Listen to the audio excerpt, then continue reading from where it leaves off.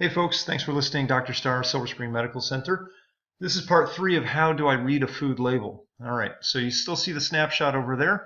We're going to take about 5 minutes. We're going to cover a little bit more about protein and carbohydrates.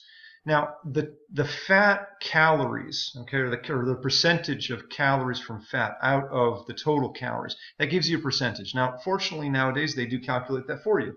The way that you can do it old-fashioned way is by looking at and again, I'm going to kind of have to go back over my words a little bit, but when it says total fat 5 grams in this particular example, there's an average 9 calories per gram. So they've kind of rounded it up to 10 calories per gram. And if you multiply 5 grams of fat by 10 calories, you're going to get the 50 calories. And that's how they go from 5 up to 50. Anything that's protein or carbohydrates is only 4 calories per gram.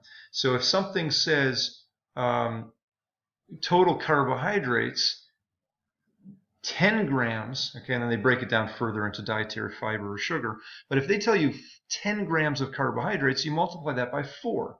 So you would have, out of this, you'd have 4 times 10 is 40. So 40 calories out of the 90 is a little less than 40%.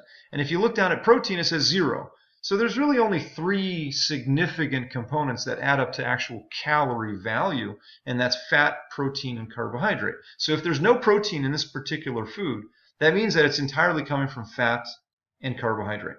So we already said before the 50 calories out of the 90 is fat. That means that the other 40, and there you go, you've got 10 times 4 for carbohydrates, that's the 40. So 50 plus the 40 equals the 90 calories. So if, in this case, the protein said 2, okay, 2 grams of protein, not very much. 2 grams of protein, if I wanted to figure out what percentage of protein is in this food, so I would say 2 grams times 4 is 8. So 8 out of the 90 calories are coming from protein. So if you divide 8 into 90, it's pretty close to 10%, a little less. Obviously 10% would be 9. So this is 8, so it's a little bit less than 10%. Small amount of protein. The key is you want to keep the content of your food low in protein and low in fat. And now I know everybody says, oh, doc, you need a lot of protein, you need a lot of protein. I say, thank you very much for paying attention to all the marketing and advertising that you've been bombarded with since you were born in this country, and it all promotes high protein diets. That's not necessarily what you need. Too much protein is a real problem. Not enough protein is a problem also, but we've never met anyone in this country that has a protein deficiency. All right? So that's what you want to focus on. You want to make sure that you have 90 out of 90 calories. You want to look at what percentage of fat comes out of that, and you want to see what the other percentages are. Obviously, the breakdown of the fat is important to many people. So when we look at the actual fat, many times patients are asking, well, what about saturated fat and trans fat and monounsaturated? The truth of the matter is the worst kind of fat is the saturated fat. That's the kind that your body really does not need. And if it's coming from an animal form, it's really hard to break down. But any saturated fats are really not that great. So you want to minimize that. So in this particular example, it says 5 grams of total fat. 4.5 grams of those 5 are coming from saturated fats.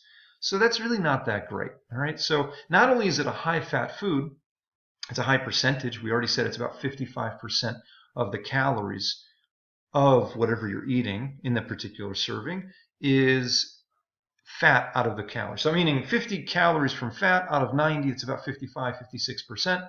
So that's a high fat food. We already established that. But the fat that's in there is mostly saturated fat. So those are really not great. If you look a little bit lower, you see cholesterol 0. Well, that's good at least. Cholesterol only comes from animal products, and it is one of the major components of saturated fat. And cholesterol equals heart disease. And I think the current stat is about 800,000 people per year die of cardiovascular disease. That's not something that you really want, but that is the highest killer in the United States and has been for over 100 years. I'm telling you now, folks, it's related to what you eat. So if you lower the fat, and I'm sorry, I know that this is a day and age of paleo, and oh, my friend did this and my neighbor lost weight. No one's going to sustain a long-term high-fat diet and live.